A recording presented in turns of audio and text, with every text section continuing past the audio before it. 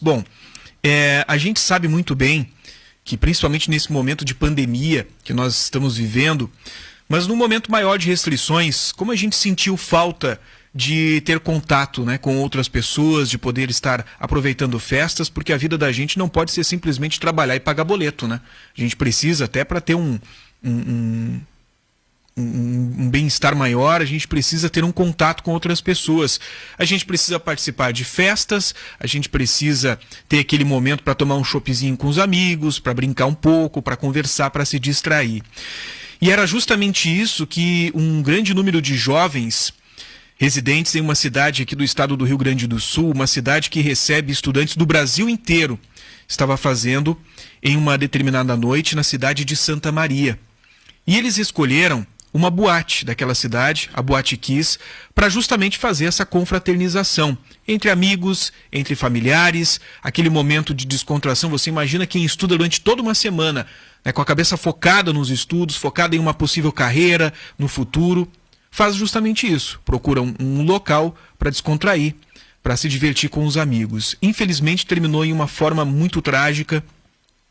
Foi notícia no mundo inteiro, né, aquele acontecimento na Boate Kiss.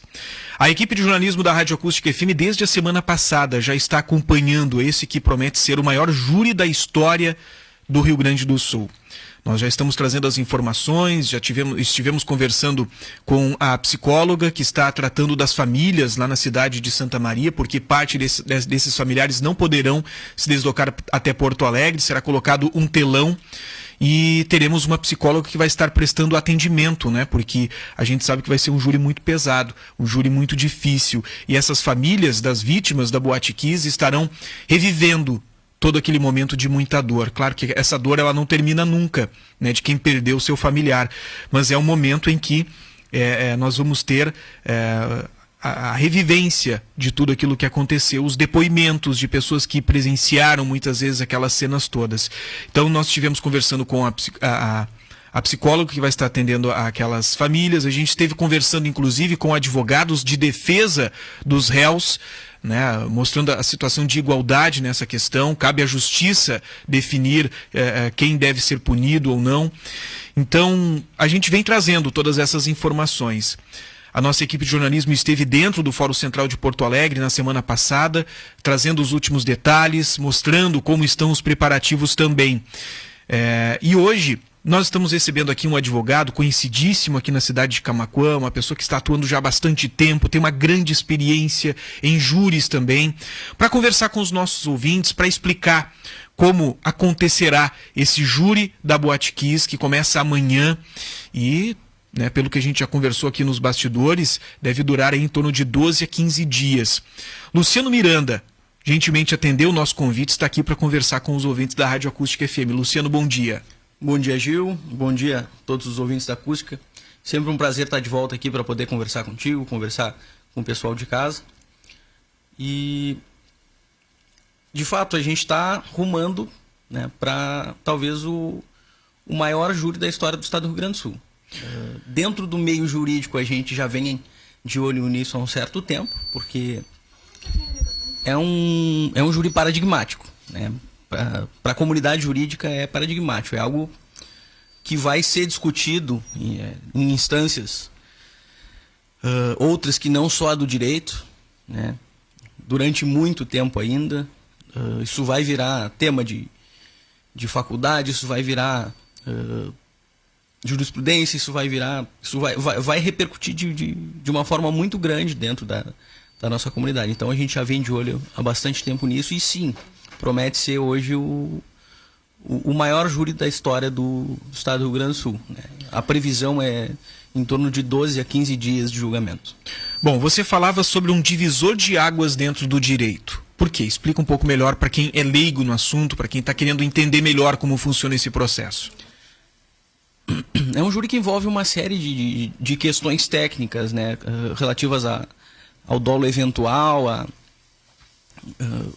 questões que é difícil a gente colocar para quem é leigo, mas que vão mudar a forma como o judiciário enfrenta determinadas questões, né, relativas à culpa, ao dolo eventual Isso vai mudar um pouco a forma como o judiciário enfrenta e como a comunidade exige do judiciário que o judiciário enfrente essas questões. Por isso que a gente diz que é um divisor de águas, né? Já é.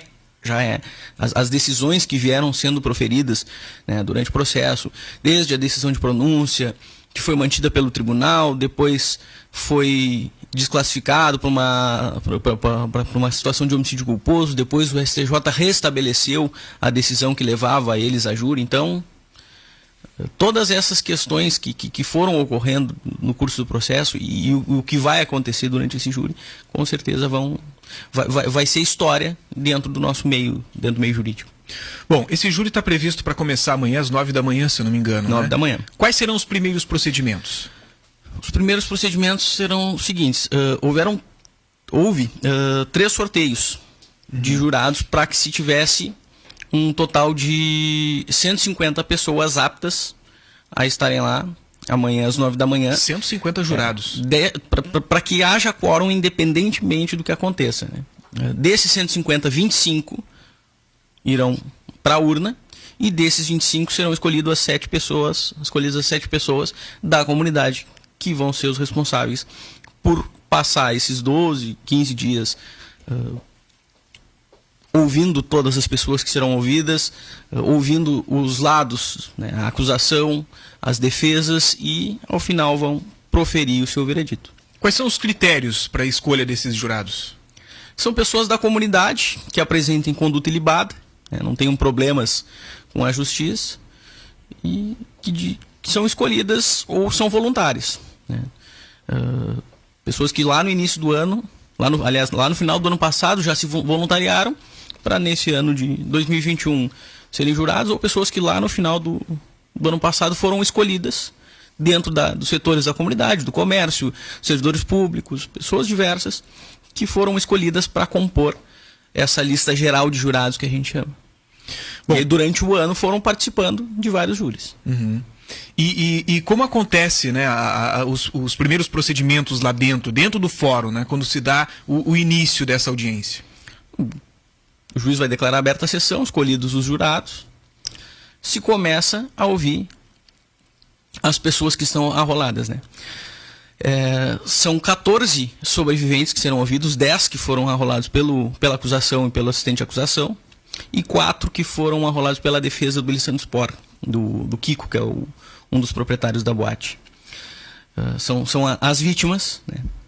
São 14 sobreviventes da boate que vão ser ouvidos primeiro. Depois as testemunhas, num total de 20. São 5 da acusação, 5 do Elisandro Spor, 5 do Marcelo, que é o vocalista da banda que tocava naquele dia, 5 do Mauro Hoffman, que é o outro sócio da boate, e aí só não vão ser ouvidos testemunhas do Luciano Bonilha Leão, que é o produtor musical, que não arrolou testemunhas no prazo. Bom, ele é um júri bem longo, e como é que se faz a escolha da ordem, né, que se ouvem essas testemunhas? É previsão legal. Uhum. Isso já é predestinado, isso já é previsto em lei. São as vítimas, as testemunhas e, por último, são interrogados os acusados. Então, as vítimas, num primeiro momento, o primeiro dia deve ser dedicado somente para as vítimas. Muito mais do que o primeiro dia. Muito mais. Só para tu ter um exemplo. Sim, porque quanto tempo dura cada depoimento? Só para tu ter uma ideia. A gente está falando de um caso extremamente complexo. Uhum. Né?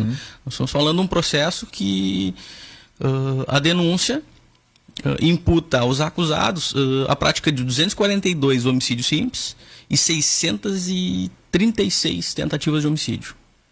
Né?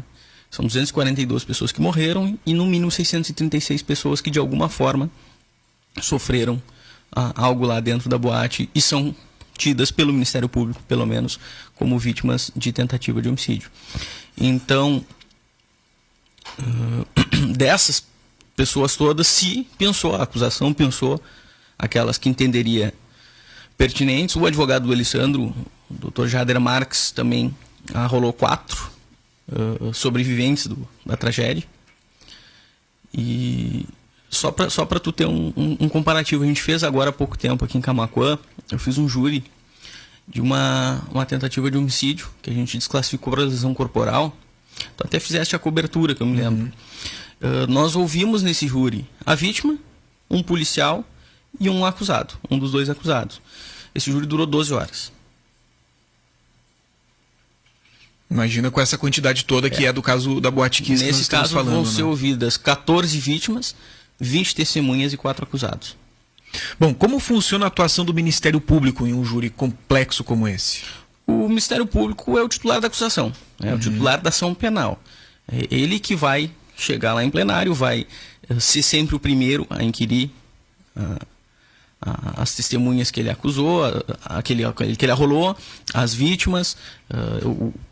Ele é sempre o que leva a acusação para frente. Né? E aí, depois de ouvidas todas essas pessoas, o Ministério Público vai ter 2h30 para fazer as suas primeiras considerações. As defesas terão igualmente outras 2h30. Depois, réplica de 2 horas e as defesas, réplica de 2 horas. Bom, os ouvintes que estão acompanhando o programa podem mandar os seus questionamentos, né? Quem entender melhor como funciona todo esse júri pode mandar mensagem pelo nosso WhatsApp. Na nossa live lá no facebook.com/acusticfm também pode deixar o seu comentário, pode deixar aí o seu questionamento, né, sobre como funciona tudo isso. A minha principal dúvida é como lidar a questão psicológica das pessoas envolvidas nesse júri, porque a gente está diante de um fato que comoveu o mundo inteiro, como eu disse no início da nossa fala, né? Foi notícia no mundo inteiro tudo isso. A gente teve, você falava sobre divisor de águas no direito, mas a gente teve um divisor de águas em várias áreas, principalmente como a forma com que se organizam festas e eventos no Rio Grande do Sul depois dessa tragédia da Boate Kiss. Então, a importância de um júri como esse, né? A forma como ele vai lidar, isso lida com o psicológico de todas as pessoas envolvidas. Como lidar numa situação como essa num júri tão longo? A questão psicológica, na verdade, eu não tenho como opinar, né, Ju? Não tenho conhecimento técnico para isso. E até a nossa profissão, na verdade, a gente tem que ficar um pouquinho distante desse fator psicológico para poder trabalhar de forma técnica, né? Mas eu acredito que isso vai ser extenuante para todas as pessoas que vão estar envolvidas. Vai ser um júri pesadíssimo para todos os envolvidos. Imagina 12, 15 dias envolvido, revivendo essa situação bastante dolorosa, bastante pesada. Então, com certeza, vai ser psicologicamente pesado para os profissionais que vão atuar, sejam os advogados, promotores, juízes, jurados, os servidores do judiciário que vão estar lá envolvidos, sejam as testemunhas que vão ser ouvidas, sejam, enfim, os acusados que vão estar lá, aqueles 15 dias sentados, né, no banco dos réus, no tribunal do júri, que é o que a gente chama de o tribunal das lágrimas, porque o tribunal do júri, lamentavelmente, só trata de matérias sempre tristes, né?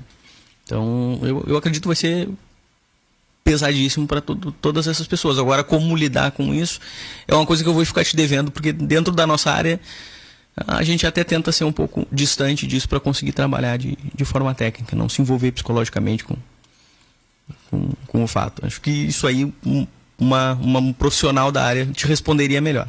Bom, e como é que funciona a questão de segurança? Porque olha quanta coisa envolve um júri como esse. Você tem as pessoas que estão sendo acusadas, né, como responsáveis pela morte de diversos jovens. Isso acaba trazendo uma certa comoção, ao mesmo tempo que nós temos as pessoas que acreditam na defesa dessas pessoas que estão lá também. Então, como funciona a questão de segurança para a realização de um júri desse? Eu não estou muito a par dessa situação do aparato de segurança, mas eu acredito que o tribunal vai providenciar. É um aparato bastante forte. Existe, dentro do plenário do Tribunal do Júri, lá no Foro Central, existe já uma demarcação de lugares para que determinadas pessoas possam assistir o julgamento, sejam familiares dos acusados, sejam representantes dos familiares das vítimas, enfim. Mas eu imagino que isso vai envolver um aparato policial bastante grande, fechamento de rua. Algumas ruas próximas já começaram a ser fechadas ontem, né, já para evitar o trânsito mais acentuado naquela região ali do fórum. Bom, com certeza aquela região do Foro Central ali vai ter uma movimentação bem atípica nesses próximos dias aí. Bom, e você falava agora há pouco sobre como isso vai influenciar daqui para frente no direito, né? As mudanças todas que nós vamos estar enfrentando e como os alunos do curso de direito vão estar lidando com uma forma diferente do direito, né? Com certeza, com certeza. Essas decisões que já ocorreram no curso do processo, tanto a decisão do grupo criminal do Tribunal de Justiça que entendeu, né, numa situação de empate, inclusive, entendeu por não enviar eles a julgamento pelo Tribunal do Júri, por desclassificar esse crime para modalidade culposa. Depois a decisão do STJ que vem e restabelece essa decisão de pronúncia, que manda eles de volta para júri. A questão do tempo, o juiz titular da vara do Tribunal do Júri, que vai presidir esse julgamento, ele já tinha determinado que o tempo dos debates seria de 6 horas. O STJ veio e restabeleceu a previsão legal de 2 horas, em que pese vá sobrar o tempo de 37 minutos para cada advogado falar, o que prejudica muito a plenitude da defesa, mas foi restabelecido pelo STJ. Então, teve uma série de divergências e questões jurídicas que foram debatidas e decididas. O desaforamento do processo, o processo tramitou todo em Santa Maria, mas vai ser julgado em Porto Alegre, por uma questão até de imparcialidade, porque a comunidade de Santa Maria, de certa forma, está muito inserida naquele contexto, né, do fato, se nós levarmos em conta que a gente tem decisões que foram tomadas nesse processo. O ouvinte Matheus está participando conosco aqui, ele pergunta o seguinte: o resultado, ao final, sendo desfavorável para os acusados, eles ainda poderão recorrer da sentença? Podem recorrer da sentença. Podem recorrer da sentença, desde que, para tratar de questões puramente técnicas, né, ou se a decisão for manifestamente contrária à prova dos autos. A decisão do Conselho de Sentença, a decisão do júri, via de regra, soberana e inalterável em recurso. A não ser que exista uma nulidade, uma questão técnica, ou uma questão de quantidade de pena que se vá discutir, né? Ou então uma decisão que seja manifestamente contrária à prova dos autos. Do contrário, o recurso vai ser para isso, mas o recurso de apelação dentro do procedimento do Tribunal do Júri, o recurso de apelação no procedimento do Tribunal do Júri, ele dificilmente modifica o veredito, porque o veredito do jurado é soberano. Bom, nosso ouvinte Camila participa conosco e pergunta sobre pena mínima e pena máxima. Pelo que tu já observou, pelo que tu tem acompanhado, né? Você aqui nos bastidores dizia que, mesmo não estando envolvido no caso, você vem analisando tudo, né? Todos os desdobramentos que vem acontecendo. Então, qual é a tua análise sobre pena mínima e pena máxima? É difícil se fazer uma projeção. É muito difícil se fazer uma projeção, até porque tu tem a possibilidade de 3 resultados diferentes. Tu pode ter um resultado de condenação nos exatos termos da denúncia, tu pode ter um resultado de desclassificação para o crime culposo, tu pode ter um ou outro que venha a ser completamente absolvido, né? Tem defesas que sustentam a absolvição. Por exemplo, o Mauro Hoffman, que é o segundo sócio da boate, sustenta a absolvição, né, nessa situação, porque ele alega que embora fosse sócio cotista da empresa, ele participasse, né, como investidor da empresa e recebesse valores do lucro da empresa, ele não participava da administração, ele era só um investidor que não tinha a menor interferência. Então, daqui a pouco o Conselho de Sentença pode entender que, como um investidor que nunca estava lá dentro e que não participava da administração, não era responsável. Várias situações podem acontecer, né, dentro do veredito do Conselho de Sentença, dos jurados.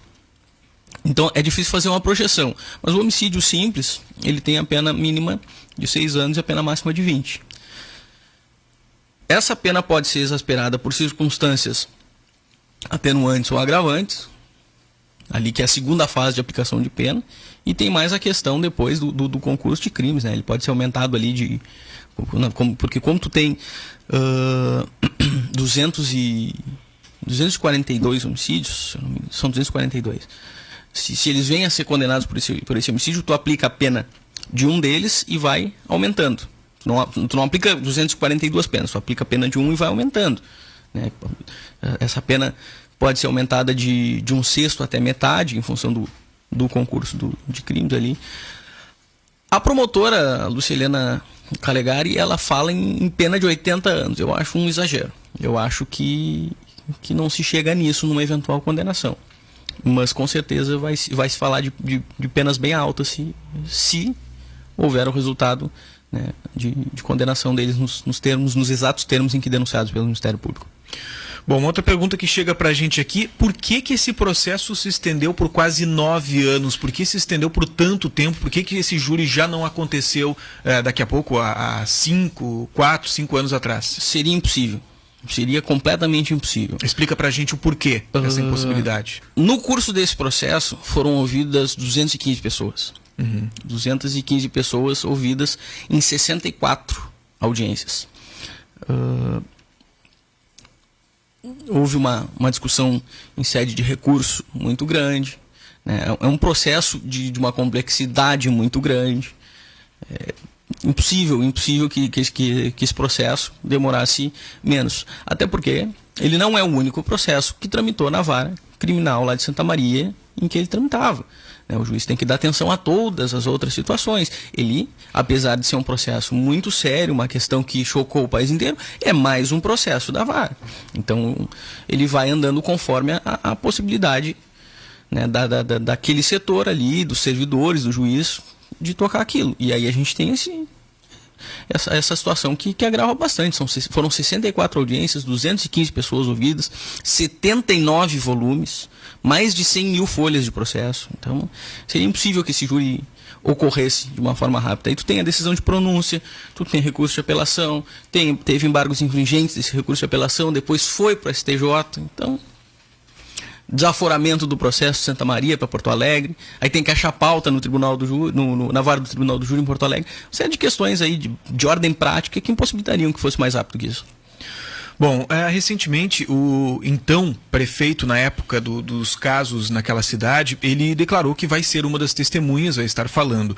Aqui tem uma pergunta do ouvinte, ela ficou meio confusa, tá? Mas o que eu entendi é o seguinte: na época se falava muito sobre responsabilidade do Corpo de Bombeiros em meio a tudo isso, se falava sobre responsabilidade da prefeitura, sobre os acontecimentos. E aí, pelo que eu entendi na pergunta do nosso ouvinte, ele questiona por que essas entidades, por que o Corpo de Bombeiros não está arrolado também nesse processo, não há não está entre os acusados de envolvimento nisso, por que eles estão fora dessa questão, bombeiros, prefeitura, outros órgãos fiscalizadores da época? Entendimento do Ministério Público. Do Ministério Público. Os delegados, à época do inquérito, iniciaram uma série de pessoas e o Ministério Público tem a discricionariedade, o poder de decisão, né, de denunciar quem entende que cabe denunciar. E o Ministério Público entendeu. Aí não cabe a mim, né, julgar se de uma forma adequada ou não, acertado ou não, correto ou não, mas entendeu por denunciar apenas essas 4 pessoas. Inclusive, algumas das defesas batem muito nisso, muito nisso, porque a casa estava aberta com autorização do próprio Ministério Público. Então, algumas defesas batem muito nisso, né? O Ministério Público historiou e autorizou a abertura da casa. Bom, um outro questionamento aqui do nosso ouvinte. Ele diz, o ouvinte está perguntando quem são os réus, quem são as pessoas que estarão sendo julgadas. É o Elisandro Spor, que é o Kiko, que era o proprietário da boate, o Mauro Hoffman, que é o sócio do Elisandro, o Marcelo Santos, que é o vocalista da banda que tocava, e o Luciano Bonilha Leão, que é o produtor cultural da banda. Né? Os 2 sócios são acusados por serem os proprietários, né, do local e, em tese, ter usado material impróprio para vedação acústica, enfim, e o produtor e o vocalista por terem comprado e acionado os fogos de artifício dentro do local inadequado. Bom, uma outra pergunta que chega é o seguinte: vai ser vedada, né? Já estou respondendo, vai ser vedada a presença de público naquele local, exceto algumas pessoas selecionadas. Eu não cheguei a me ater a quem são as pessoas que vão poder participar. Eu sei que houve já a demarcação de lugares, mas não me atinge a quem são as pessoas, né? Tudo que eu andei lendo e e me informando a respeito do julgamento propriamente dito, né? Essas Será... questões mais de ordem logística eu não me ative, mas eu acredito que esses locais vão ser destinados a familiares dos acusados e das vítimas e sobreviventes. Bom, como é Imprensa, provavelmente, né? Sim, a imprensa houve um período de cadastramento, né, que a Rádio Acústica FM, inclusive, conseguiu fazer esse cadastro. Nós estaremos lá com colegas acompanhando. Além disso, será transmitido em tempo real por alguma ferramenta do próprio Judiciário Gaúcho? Eu acredito que sim, Também não me informei a respeito disso, mas a gente já teve agora há pouco tempo, se não me engano, em 2019, um outro julgamento emblemático do caso do menino Boldrini, Bernardo, e foi televisionado, foi transmitido, inclusive através do próprio portal do Tribunal do Estado. Então eu acredito que sim. Bom, a gente já está aqui com mais questionamentos. Bom, aqui, chegou para mim a informação. Associação, 58 lugares, sendo 2 para apoio. Acredito que seja a associação Associação dos familiares das vítimas e sobreviventes. Imprensa são 12 lugares, sendo 8 para a imprensa em geral. Acusados, 28 lugares, 7 para cada um deles. Familiares que não integram a associação são 10 lugares. Ministério Público, 2 lugares. As autoridades, 8 lugares. E reservados outros 6. São essas as pessoas que terão espaço para acompanhar aqui. Aí aqui chega a pergunta da Ana Luísa, que vai de encontro que a gente perguntou agora, né? Pergunta aí para o advogado Luciano por que o prefeito e os servidores públicos que autorizaram o funcionamento não estão indiciados. Aí a gente já teve essa... O entendimento do Ministério Público. Isso tem que ser questionado ao promotor titular da ação penal que apresentou a denúncia. Mais uma informação que a nossa colega jornalista Camila Martos nos traz é que todas as pessoas que estarão no júri do caso Kiss deverão apresentar passaporte vacinal. 4 auditórios com transmissão ao vivo estarão disponíveis para familiares, sobreviventes, representantes das defesas e público em geral que se credenciaram previamente no site do TJRS. A imprensa também contará com uma sala de apoio. Ao todo serão credenciados 43 veículos de comunicação, entre eles a Rádio Acústica FM. Para a gente encerrar esse nosso bate-papo, Luciano, tem mais alguma informação que tu acha relevante trazer para os nossos ouvintes sobre essa organização desse júri? Não, eu acho que quem tiver a oportunidade de assistir, deve assistir, porque vai ser um julgamento acredito que bastante técnico, até pela qualidade dos profissionais que estão envolvidos, né? Tanto os profissionais do Ministério Público, os 2 promotores com larga experiência em tribunal do júri, quando os advogados também, conheço alguns deles e são profissionais excelentes, tribunos experientes. Então eu acho que é interessante quem tiver a oportunidade de assistir, até para poder entender como funciona o tribunal do júri.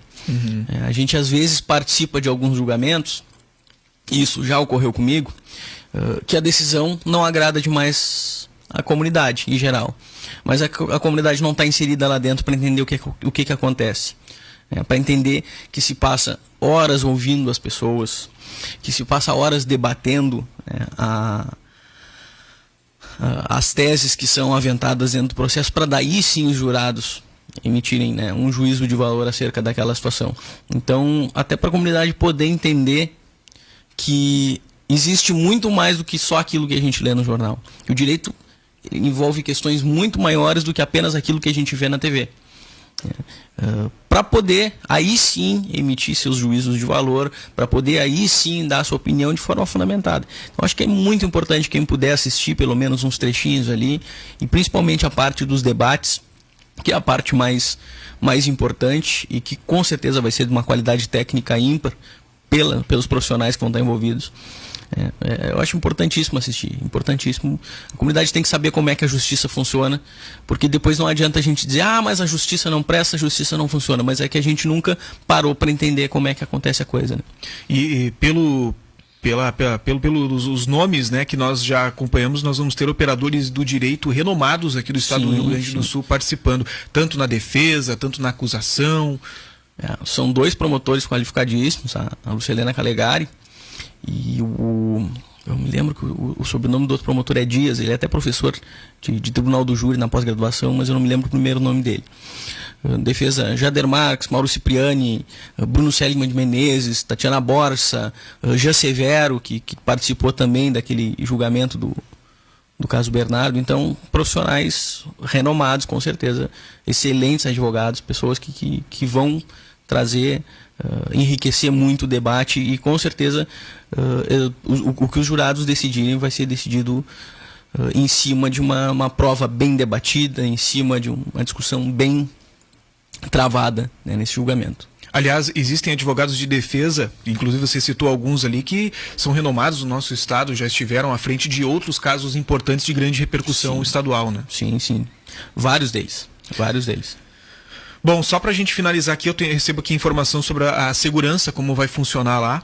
Além de um reforço no efetivo de agentes de segurança institucionais do TJRS e das equipes de vigilância privada contratadas que já atuam junto ao fórum, haverá o apoio das forças de segurança pública, em especial da Brigada Militar, não apenas no entorno do Fórum Central, mas também no entorno dos hotéis que serão disponibilizados para os jurados e as testemunhas. Aí entra interessante porque os jurados eles não têm nenhum tipo de contato com o meio externo, né? Não. Nesse período todo, eles não podem ter esse tipo de contato. Eles não podem conversar entre eles sobre o processo.